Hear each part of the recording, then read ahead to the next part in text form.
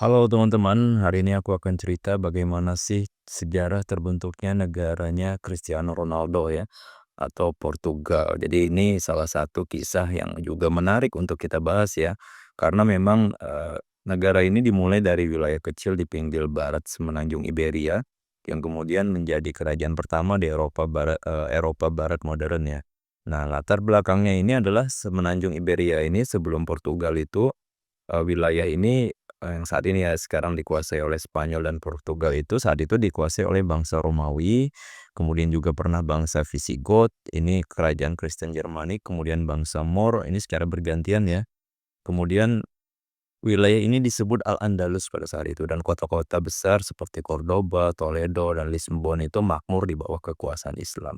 Kemudian ada masa Reconquista, ini adalah masa perebutan kembali wilayah oleh Kristen yang saat itu diduduki oleh Islam.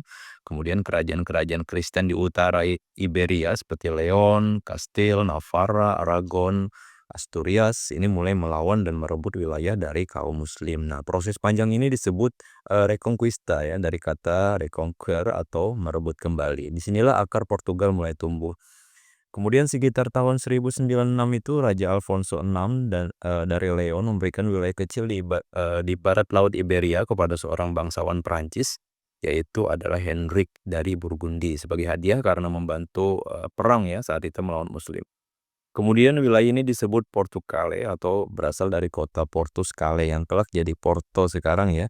Henry ini menikahi putri Alfonso VI, Teresa dari Leon dan menjadi Count of Portugal. Nah, kemudian putra mereka itu adalah Alfonso Henrik menolak tunduk kepada kerajaan Leon. Jadi kerajaan Leon ini adalah kerajaan induk, kemudian ia memimpin pasukan sendiri melawan pasukan ibunya dan Leon. Tahun 1139, Alfonso Henrik ini menang dalam pertempuran Ourique melawan Muslim dan memproklamasikan diri sebagai Raja Portugal dengan gelar Alfonso I atau Alfonso Henrik.